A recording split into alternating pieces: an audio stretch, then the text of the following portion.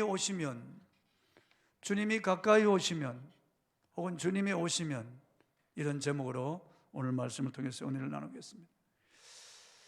이번 코로나19 이 환란을 통해서 전 세계적으로 사망한 사람이 5천 명에 육박하고 우리나라도 지금 사망자가 75명에 이르렀습니다.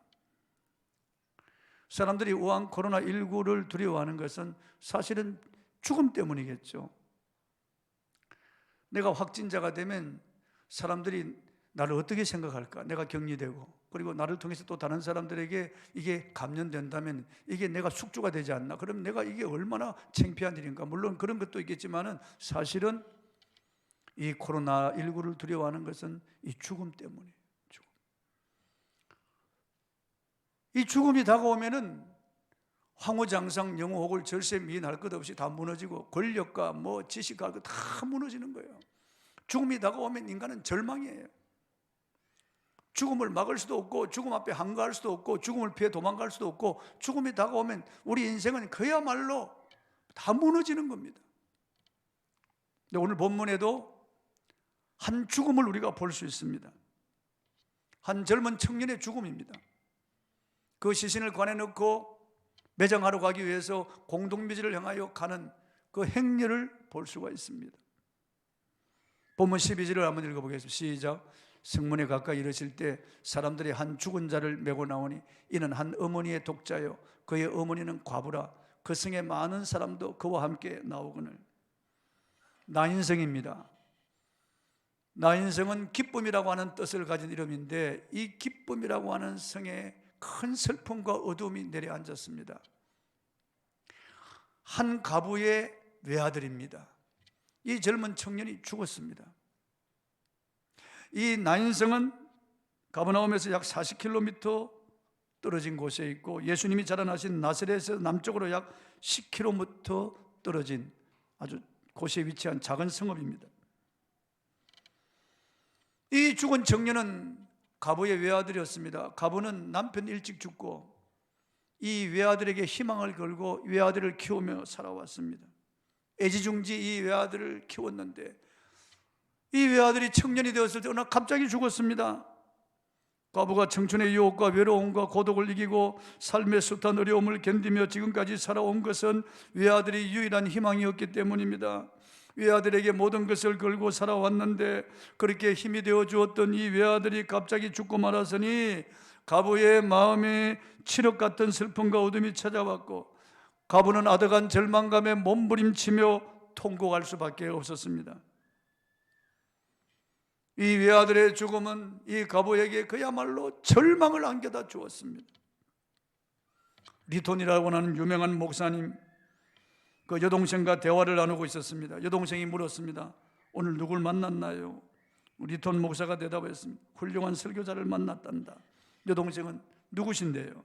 라고 물었고, 리톤 목사는 무덤을 향해 가던 시체를 만났단다. 죽은 시체가 나에게 위대한 설교자였다. 여동생이 호기심으로 무슨 설교를 들었나요? 라고 물었습니다. 리톤 목사는 이렇게 대답했습니다. 실로 모든 인간은 헛된 연극을 하고 있다. 실로 모든 인간은 쓸데없는 것에 귀한 시간을 낭비하고 있다. 이 세상은 영구히 존속할 도시도 인생도 없다. 이 세상에는 참된 소망이 없고 조만간 우리 모두에게 죽음이 오고 우리는 시체가 된다는 것을 명심하여라. 이런 설교였단다. 그렇습니다. 저와 여러분은 조만간 시체가 될 것이고, 우리는 몸은 불타 없어질 것이고 한 줌의 재로 돌아갈 것입니다. 이 죽음과 절망에서 벗어날 인간은 아무도 없습니다. 솔로몬은 허물을 외쳤습니다. 전도자가 이르되 헛되고 헛되고 헛되고 헛되니 해 아래에서 하는 모든 것이 바람을 접는 것처럼 헛되도다. 왜요? 죽음 때문이에요. 죽음 앞에 모든 것이 헛되다는 거예요. 본문 11절을 한번 읽어보겠습니다. 시작. 그 후에 예수께서 나인이라는 성으로 가실새 제자와 많은 무리가 동행하더니. 이 죽음의 행렬을 향하여 다가오는 생명의 행렬이 있었습니다. 이 생명은 인류의 유일한 소망이신 예수 그리스도였습니다. 나인성에서 송장을 싣고 나오는 죽음의 행렬과 유월절을 지키기 위하여 남쪽으로 내려가던 예수 그리스도의 생명의 행렬이 마주쳤습니다. 죽음과 생명이 만났습니다. 절대 절망과 절대 희망이 마주쳤습니다. 땅의 슬픔과 하늘의 기쁨이 만났습니다. 이 만남은 우연한 만남이 아니었습니다. 예수께서 가부의 아들이 죽었다는 것을 이미 아시고 그 아들을 살리시기 위하여 나인성을 향하여 가셨던 것입니다. 그 후에 예수께서 나인성으로 가실새 이렇게 분명히 말씀하고 있습니다. 이 문맥을 볼 때 예수님이 이미 죽은 아들을 살리기로 작정하시고 가셨다는 것을 알 수가 있습니다. 예수님은 죽음을 향하여 가까이 다가가셨습니다. 본문 12절 다시 읽어보게 시작. 성문에 가까이 이르실 때 사람들이 한 죽은 자를 메고 나오니 이는 한 어머니의 독자요 그의 어머니는 가부라. 그 성에 많은 사람도 그와 함께 나오거늘. 성문에 가까이 가셨습니다. 세상 사람들은 죽음을 두려워하고 죽음을 끔찍하게 생각하기 때문에 죽음을 피하고 멀리하려고 합니다. 이란에서 코로나19로 국회 부의장이 사망한 데 이어서 유력한 여성 정치인인 파테메 라하브로도 사망했습니다. 제가 뉴스를 통해서 보니까 장례식을 하는데 방호복을 입은 사람들이 시신을 수습하는 것을 보았습니다. 시신에 가까이 가기를 꺼려하고 만지기도 무서운 것입니다. 그래서 죽은 시체에 사람들은 눈을 돌리고 장의차가 지나가면 주변 차들을 피해갑니다. 그러나 생명의 주인이신 주님에게는 죽음이란 것이 없습니다. 주님은 죽음을 물리치기 위해서 싸늘한 죽음 가까이 다가가십니다. 본문 14절 상반절에도 가까이 가서 그 관에 손을 대시며 가까이 가서 그 관에 손을 대시며 이렇게 기록하고 있습니다. 우리 주 예수님은 언제나 우리 가까이 하십니다. 우리 눈에 보이지 않지만은 성령으로 우리와 가까이 하시는 거예요. 환난 당한 자들 가까이 하시고 슬픔을 당한 자들 가까이 하시고 어려운 문제를 만나 낙심한 자들, 절망 가운데 주저앉아 있는 자들 주님이 그 문제를 해결하시려고 가까이 하시는 거예요. 다만 우리가 주님을 가까이 하느냐 그게 중요한 거예요. 주님은 나와 가까이 하시는데 주님은 나를 돕기 위하여 나에게 다가오시고 항상 나와 가까이 하시는데 내가 이런 주님을 믿음으로 인식하느냐 의식하느냐 그게 중요한 거예요. 사람들은 눈에 보이는 이런 환경을 보고 내 문제를 보고 주님을 바라보지 못할 때가 있습니다. 그럴 때 우리는 믿음의 눈을 떠서 주님을 바라보아야 됩니다. 풍랑이를 걸어오시는 주님을 바라보아야 됩니다. 나에게 가까이 다가오시는 이 죽음을 향하여 절대 절망을 향하여 다가오시는 주님을 믿음으로 우리는 인식하고 바라보아야 됩니다. 믿음의 눈을 떠야 되고 믿음의 길을 열어야 되고 우리 믿음의 영적 감각을 회복하고 이 가까이 오시는 주님을 인정하고 환영해야 됩니다. 그럴 때 주님께서 그 문제를 해결해 주시는 거예요. 주님의 위로와 놀라운 그런 말씀의 그 능력을 경험할 수가 있는 것입니다. 신명기 4장 7절을 한번 읽어보겠습니다. 시작. 우리 하나님 여호와께서 우리가 그에게 기도할 때마다 우리에게 가까이 하신 것 같이 그 신이 가까이 함을 얻은 큰 나라가 어디 있느냐? 없습니다. 세상 모든 종교의 신들은 헛것이고 다 가짜입니다. 없는 것이고 우상사신이기 때문에 절대로 그것들이 가까이 할 수 없습니다. 그러나 우리 하나님은 우리가 기도할 때마다 가까이 하셔서 우리에게 귀를 기울이십니다. 우리의 기도를 응답하시기 위해서 기도하는 그 백성 어디서 기도하든지 여기 예배당에서 기도하든지 가정에서 기도하든지 길을 가면서 하든지 기도할 때마다 가장 가까이 하신다고 말씀하고 있어요. 기도할 때 우리의 작은 신음에도 응답하시기 위하여 가까이 하시는 거예요. 이 세상 모든 신들은 전부 헛것이기 때문에 그것들이 가까이 하지 못합니다. 그것들이 기도를 들을 리가 없고 그것들이 응답해 줄 리가 없습니다. 그러나 우리 하나님은 우리를 불쌍히 여기시고 긍휼히 여기셔서 우리가 기도할 때 그 백성들이 고사리 손을 모아 기도하는 어린아이의 기도라도 가까이 하시고 나이 많아 움직일 수 없어 병상에서 누워서 기도하는 그런 노인들의 기도에도 가까이 하시고 절망 가운데서 주님을 부르는 그들의 기도를 가까이 하시는 거예요. 우리 예수님은 이런 죄인들을 가까이 하기 위해서 찾아오신 하나님이세요. 예수님의 다른 이름이 임마누엘인데 임마누엘은 하나님이 우리와 함께 하시기 위하여 사람이 되셔 오셨다는 거예요. 그게 임마누엘이에요. 시내산에 강림하셨던 그 하나님, 성막에 임재하셨던 그 하나님, 가나안 성전에 임재하셨던 그 하나님이 마지막 때에 육신을 입고 우리와 함께 하시기 위해서 이 땅에 오셨는데 그 이름이 임마누엘이에요. 그 이름이 예수예요. 우리와 함께 하시는 거예요. 그리고 죽으시고 부활하셔서 하늘로 올라가신 다음 성령을 보내셔서 우리와 함께 하시는 거예요. 우리와 함께 하시는 거예요. 얼마나 감사합니까? 세상 사람들은 2m 떨어지라고 합니다. 우한 코로나 확진자들을 가두어 버립니다. 그러나 주님은 우리와 함께 하시는 거예요. 확진자들을 아무도 만나려고 하지 않습니다. 최재봉 권사님 지금 디스크 수술 받고 병원에 입원했는데 면회를 오지 못하게 하는 거예요. 못 오게 합니다. 못 오게 해요. 갈 수가 없어요. 가까이 갈 수가 없어요. 그러나 주님은 가까이 하시는 거예요. 주님은 사람이 못 오게 해도 어떤 장벽이 막아도 우리 주님은 막을 수가 없는 거예요. 어느 곳이든지 어느 시간이든지 그의 백성들과 함께 하시고 가까이 하십니다. 우리 문제를 해결해 주시기 위하여 우리 가까이 다가오시는 주님을 영적 감수성을 발휘해서 주님을 인정하시기 바랍니다. 이사야 55장 6절을 읽어보겠습니다. 이사야 55장 6절 다 같이 시작. 너희는 여호와를 만날 만한 때에 찾으라. 가까이 계실 때에 그를 부르라. 가까이 계신다는 것은 우리 문제를 해결해 주기 위해서, 우리를 건지시기 위해서 우리와 함께 하신다는 말이에요. 그러니까 우리가 그를 부르라고 하는 말은 간절히 그에게 기도하라는 말이에요. 믿음으로 그에게 손을 내밀라는 거예요. 주님을 눈물 속에 부르라는 거예요. 가까이 계시거든요. 지금 기회를 주실 때니까, 지금 주님께서 우리의 문제를 해결해 주실 때니까 가까이 계실 때 그를 부르라는 거예요. 기회가 항상 오는 게 아니라는 거예요. 언제 어디가 어때 우리가 어떻게 될지 알 수 있습니까? 모르는 거예요. 며칠 전에도 한 형제가 쓰러졌어요. 움직이지 못하는 거예요 지금. 그 제가 기도했습니다. 안타까운 일이죠. 언제 어느 때 우리에게 그런 일이 일어날지 알 수 없으니까 가까이 계실 때 그를 부르라는 거예요. 부를 수 있을 때 부르라는 거예요. 믿음을 주실 때 믿음으로 그를 부르고 접촉하라는 거예요. 주님은 그를 부르는 자에게 부여하십니다. 여러분 마음이 아프고 슬픔에 젖으실 때, 견딜 수 없을 때, 외로울 때, 고통스러울 때, 낙심되고 절망감이 찾아올 때 가까이 계시는 주님을 부르시라는 거예요. 사람은 가까이 할 수 없어요. 저도 여러분이 가까이 할 수 없어요. 내 자식들도 가까이 할 수 없어요. 그러나 주님은 우리 가까이 하시는 거예요. 나 인생에 가까이 다가오시고 그 죽음을 가까이 하시는 거예요. 사람들은 죽음을 가까이 하지 않습니다. 장례식장 가면은 그게 화환으로 사진 있지만 그게 죽음이 없어요. 죽음은 냉동실에 있어요. 가까이 안 하는 거예요, 여러분요.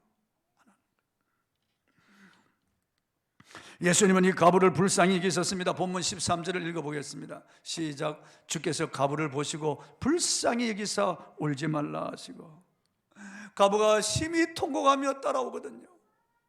얼마나 그 마음이 애절하게, 얼마나 그 마음이 찢어지겠어요. 얼마나 그 가슴이 아프겠어요.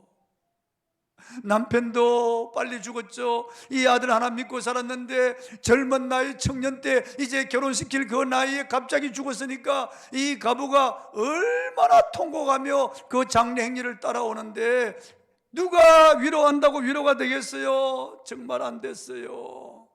세월이 약이라고 하는 말이 있지 않겠어요? 세월이 가면 잊어질 거예요. 모두 다 죽잖아요. 이런다고 해서 뭐 위로가 되겠어요?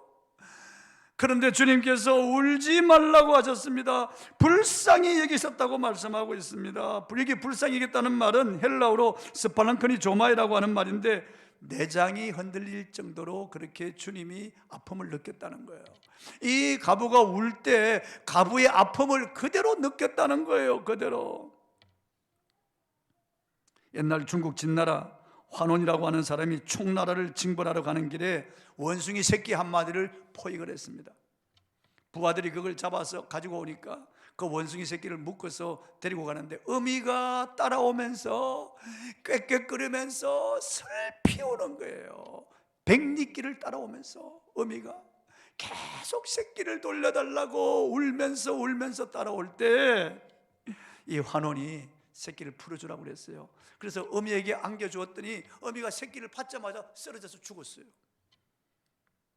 그래서 왜 죽었는지 배를 갈라보니까 창자가 끊어져서 죽었어요. 그래서 단장의 슬픔이라고 하는 말이 거기서 나왔다는 거예요. 단장의 슬픔. 새끼를 잃은 이 원숭이가 창자가 끊어지듯이 그렇게 슬퍼하며 따라왔다는 거예요. 이 미물이요. 그런데 이 과부가 단장이 끊어지는 그런 슬픔을 가지고 울었다는 거예요. 그때 예수님도 불쌍히 여겼다. 스플랑크니 조마이라고 하는 말은 예수님도 창자의 아픔을 느끼면서 그 슬픔을 주님이 감당했다는 거예요.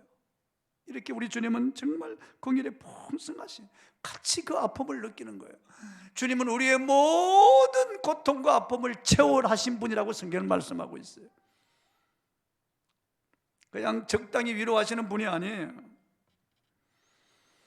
성경은 예수님이 우리를 불쌍히 여겼다는 대목이 얼마나 많이 나오는지 알 수 없어요. 마태복음 14장 14절 읽어보겠습니다. 시작. 예수께서 나오사 큰 무리를 보시고 불쌍히 여기사 그 중에 있는 병자를 고쳐주시고, 예수님은 큰 무리들을 불쌍히 여기셨다는 거예요. 그들의 아픔과 슬픔을 알고 그들의 그 동정심을 가지고 그 무리를 불쌍히 여기셨다.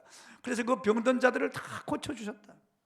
마태복음 15장 32절 읽어보겠습니다. 시작. 예수께서 제자들을 불러 이르시되 내가 무리를 불쌍히 여기노라. 그들이 나와 함께 있은지 이미 사흘임에 먹을 것이 없도다. 길에서 기진할까 하여 궁게 보내지 못하겠노라. 이렇게 배고픈 무리들을 불쌍히 여기셨다. 주님은 불쌍히. 그들의 그 아픔, 그들의 그 슬픔, 그들의 그 배고픔, 그들의 그 병으로 고난당하는 것들 주님이 동일하게 주님이 느끼셨다 그 말이에요. 수많은 그런 치료와 500여의 기적은 주님의 긍휼에서부터 나왔다. 주님의 긍휼이 이기는 마음이 끌어올라서 그런 기적들이 일어났다는 거예요. 그러므로 여러분, 어려운 내 행편, 망가진 내 인생, 그리고 병으로 고통당하고 그리고 환경이 너무나 심한 어려움 속에 절망감, 그게 주저앉아 있는 이런 나를 주님이 그냥 보실까요? 불쌍히 여기실까요? 불쌍히 여기신다는 거예요. 불쌍히 여기신다는 거예요. 주님이 우리를 불쌍히 여기시고 주님이 울지 말라 그러시면은 다 해결되는 거예요. 우리 주님은 전능하시지만 눈물에 약하십니다. 이 과부의 이 슬피 울며 흘리는 눈물을 보시고 주님 울지 말라 그러셨습니다. 울지 말라. 여러분, 우리가 눈물을 흘리며 은혜의 보좌 앞으로 나아가면 주님은 우리 눈물을 닦아주시고 주님은 우리의 눈물을 의미를 하시고 우리의 눈물의 그 기도를 주님이 들으십니다. 사람 앞에서 여러분 시시하게 울지 마시고 주님 앞에 눈물을 흘리시면 주님께서 우리의 눈물을 아시고 주님께서 문제를 해결해 주실 것입니다. 성경에 하나님 앞에 눈물을 흘린 사람치고 응답받지 못한 사람이 없습니다. 하갈 보세요. 하갈이 기도하지도 않았어요. 광야에서 헤매다가 물이 없어 자식이 목이 말라 죽게 되었을 때 방성대곡했어요. 통곡했습니다. 하나님이 천사를 보내어서 샘물을 터뜨려서 그거 마시게 하고 살려주었어요. 히스기야 죽고 살지 못한다는 사형선고를 받았습니다. 그런데 얼굴을 벽으로 향하여 심히 통곡하며 하나님께 기도했습니다. 하나님께서 그의 눈물을 보셨다고 했습니다. 눈물을 보셨다고. 그래서 15년 연장시켜 주시는 눈물을 보셨다고 했어요. 한나가 아침부터 저녁까지 통곡하며 기도했습니다. 하나님께서 이 한나의 눈물을 보셨어요. 그래서 사무엘을 주신 거예요. 사무엘을 주신 거예요. 가문은 간장이 찢어지는 통곡과 눈물로 상례를 따라가며 울고 있었습니다. 그런데 창조주께서 다가오셔서 울지 말라 하셨습니다. 울지 말라. 이 울지 말라는 말씀은 위로를 뛰어넘어서 문제를 해결해 주겠다고 하는 예고의 말씀이에요. 울지 말라 이 말씀은 내가 책임진다는 그런 말씀이에요. 여러분, 사람에게 죽음의 문제보다 더 난제가 어디 있겠습니까? 이 땅의 종교나 철학이나 과학이나 인간의 어떤 지식이나 어떠한 힘이나 인공지능도 죽음의 문제를 해결할 수 없습니다. 죽음의 언저리도 갈 수 없습니다. 인간은 썩은 과일 하나도 소생시킬 수 있는 그런 힘이 없습니다. 그렇지만 빛이 다가오면 어둠이 물러가듯이 전능하신 죽음이 다가오면 죽음은 물러갑니다. 영혼을 거두어 가시는 분도 주님이시요 다시 돌아오게 하시는 분도 주님이세요. 인간을 흙으로 만드신 분도 주님이시고 썩어버린 흙을 다시 소생시키는 분도 주님이세요. 주님은 지금도 슬픔을 당한 당신, 어려운 문제를 만나 고민하는 당신, 낙심하여 주저앉아 있는 당신에게 다가오셔서 불쌍히 이기시고 울지 말라고 하십니다. 책임진다는 말씀이에요. 주님께 다 맡기십시오. 여러분, 믿음으로 다 맡겨버리십시오. 믿음의 눈을 들어 주를 바라보십시오. 예수님은 죽음이 있는 관에 손을 대셨습니다. 본문 14절 상반절을 읽어보 시작. 가까이 가서 그 관에 손을 대시니 맨 자들이 서는지라. 코로나19 바이러스에 감염된 사람이나 죽은 시신에 접촉하면 전염 가능성이 큽니다. 왜냐하면 시체가 싸늘하게 되면 거기서 병균들이 나오거든요. 그래서 레위기는 죽음에 손을 대는 자는 부정하다고 했습니다. 성경은 우리 위생을 위해서 죽음에 손을 대면 하루 동안 부정할 것이라고 했습니다. 그럼에도 불구하고 주님은 죽음에 손을 대셨습니다. 우리 주님의 끓어오르는 그 동정심이 율법을 밀어내고 주님의 그 사랑이 율법을 밀쳐버리고 그 죽음에 손을 대신 겁니다. 죽음도 율법도 초월하시는 주님 그 사랑, 여러분을 터치하면 여러분의 문제는 해결됩니다. 주님은 여러분의 마음을 만지면은 여러분의 마음의 상처가 치료됩니다. 그분이 여러분의 문제를 터치하면, 가정이나 사업이나 자녀를 터치하면 해결됩니다. 왜 사람이 절망합니까? 돈이 없어 절망합니까? 병들어 절망합니까? 사람에게 배신당해서 절망합니까? 사업에 실패해서 절망합니까? 외로움을 못 이겨 절망합니까? 아닙니다. 사실은 예수 그리스도가 없어서 절망하는 것입니다. 예수 그리스도가 없기 때문에 절망하는 것입니다. 여러분이 전능하신 주님, 다가오시는 주님, 가까이 하시는 주님, 말씀하시는 주님을 만나면은, 그 주님을 만나면은 문제가 해결돼요. 주님이 있는 사람은 절망하지 않습니다. 주님이 없는 사람은 절망하는 거예요. 절망하는 거예요. 주님은 죽은 송장을 향하여 명령하십니다. 주님의 말씀이 이 시체에 떨어지자 이 죽은 송장이 일어났습니다. 놀라운 일입니다. 본문 14절을 읽어보겠습니다. 시작. 가까이 가서 그 관에 손을 대시니 맨 자들이 서는지라. 예수께서 이르시되 청년아 내가 네게 말하노니 일어나라 하시며. 누가 시체를 향하여 명령할 수 있겠습니까? 창조주이신 주님만이 하실 수 있는 명령입니다. 청년의 몸을 시체로 만들었던 죽음이 주님의 말씀 앞에 물러가고 영혼이 들어가고 생명이 들어가서 다시 살아났습니다. 당신이 설교를 들을 때 일어나라고 하시는 주님의 음성으로 들으시기 바랍니다. 주님께서 여러분의 문제를 해결한다는 주님의 그 말씀 앞에 아멘 하시기 바랍니다. 그럼 일어날 수 있어요. 여러분도 일어날 수 있어요. 여러분의 가정이 일어나고, 여러분의 사업도 일어나고, 건강도 일어나고, 여러분의 행편이 다 일어나게 될 줄 압니다. 주님의 말씀을 들으십시오. 일어나라고 하실 때 일어나시면 됩니다. 믿음으로 일어나세요. 청년아 내가 네게 말하노니 일어나라. 예수님은 죽음이 없는 거예요. 송장아 내가 네게 이렇게 말씀하지 않았었어요. 이 싸늘한 시체야 내가 네게 명하노니 이렇게 말씀하지 않았었어요. 청년아 내가 네게 말하노니 일어나라. 주님은 죽음이 없어요. 주님 앞에는. 그러니까 청년아 내가 네게 명하노니 일어나라 그렇게 말씀하셨어요. 누워서 움직이지 못하던 이 시체가 살아서 일어나서 어머니의 품에 안겼어요. 죽음이 생명으로, 슬픔이 기쁨으로 놀라운 역사가 일어나게 된 겁니다. 절대 절망이 희망으로, 창가로, 통곡이 하나님을 찬양하고 영광으로 변하게 된 거예요. 불경에 보면은 인도 구시라 섬에 시다림이라고 하는 한가한 숲속을 석가모니와 제자들이 함께 걷고 있었습니다. 그런데 한 젊은 과부가 갑자기 나타나서 석가모니 앞에 통곡하며 울고 있었습니다. 석가모니가 사유를 물은 적 과부는 하나밖에 없는 아들을 살려달라고 애원했습니다. 남편 일찍 죽고 이 아들만 믿고 살았는데 이 아들이 갑자기 죽어서 시체가 되었다는 거예요. 그래서 석가모니를 찾아왔습니다. 이때 석가모니는 이렇게 말했습니다. 저 고을에 가서 한 번도 사람이 죽은 일이 없는 집을 찾아서 그 집에 쌀을 한 줌 얻어다가 죽을 끓여서 먹이면 살아날 것이라 그랬습니다.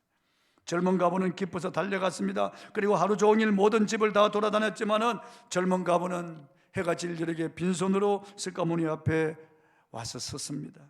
부처님, 하루 종일 돌아다녀도 사람이 죽은 일이 없는 그런 집은 없었습니다. 그래서 빈손으로 왔습니다. 통곡하니까 이 말을 듣고 있던 석가모니는 자매여, 생자 필멸이라. 사람이 나면 반드시 죽는 것, 인연 따라 일어나서 인연 따라 없어지는 것이니 너무 슬퍼할 것이 없느니라. 이렇게 가부를 돌려보냈다는 것이 불경에 기록되어 있는 것을 제가 읽어보았습니다. 그런데 우리 주님은 어떠하십니까? 본문 15절을 한번 읽어보겠습니다. 시작. 죽었던 자가 일어나 앉고 말도 하거늘 예수께서 그를 어머니에게 주시니. 죽었던 자가 일어나서 앉고 말도 합니다. 그리고 어머니에게 안겼습니다. 어머니에게 안겼습니다. 이런 석가모니와 완전히 반대되는 거예요.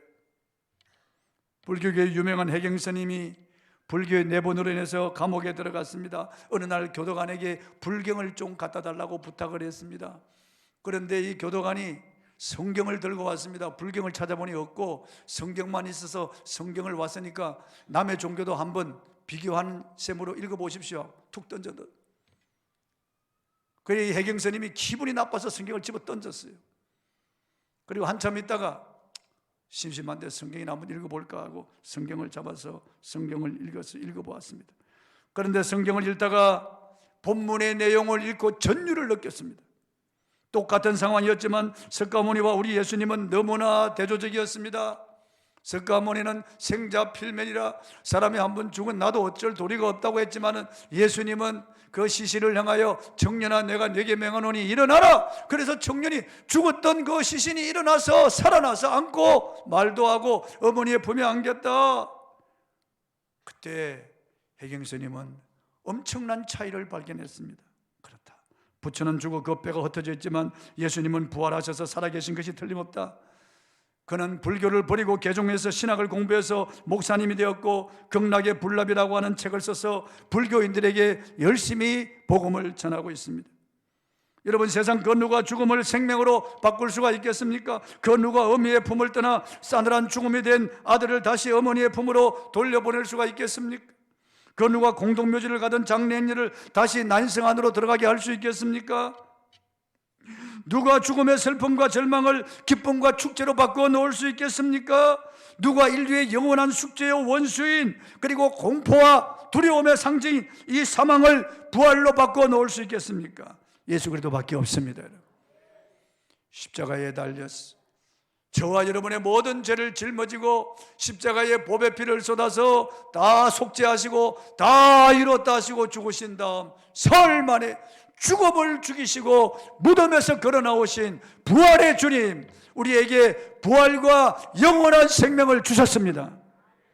그래서 그리스도 안에 있으면 죽음이 없습니다. 여러분, 나는 부활이요 생명이니 나를 믿는 자는 죽어도 살겠고 무릇 살아서 나를 믿는 자는 영원히 죽지 아니하리니 내가 이것을 믿느냐? 믿습니까? 여러분, 예수님을 영접한 사람은 영원한 생명이 들어와 있기 때문에 죽음이 없어요. 죽음은 이 껍데기를 벗어버리고 영원한 하나님의 나라 들어가서 안식하는 거예요. 그래서 예수 믿는 사람은 잠잔다고 하는 거예요. 잠잔다. 우리는 곧 영원한 천국에 들어가게 될 것입니다. 여러분. 그곳에는 죄가 없고 죽음이 없는 곳입니다.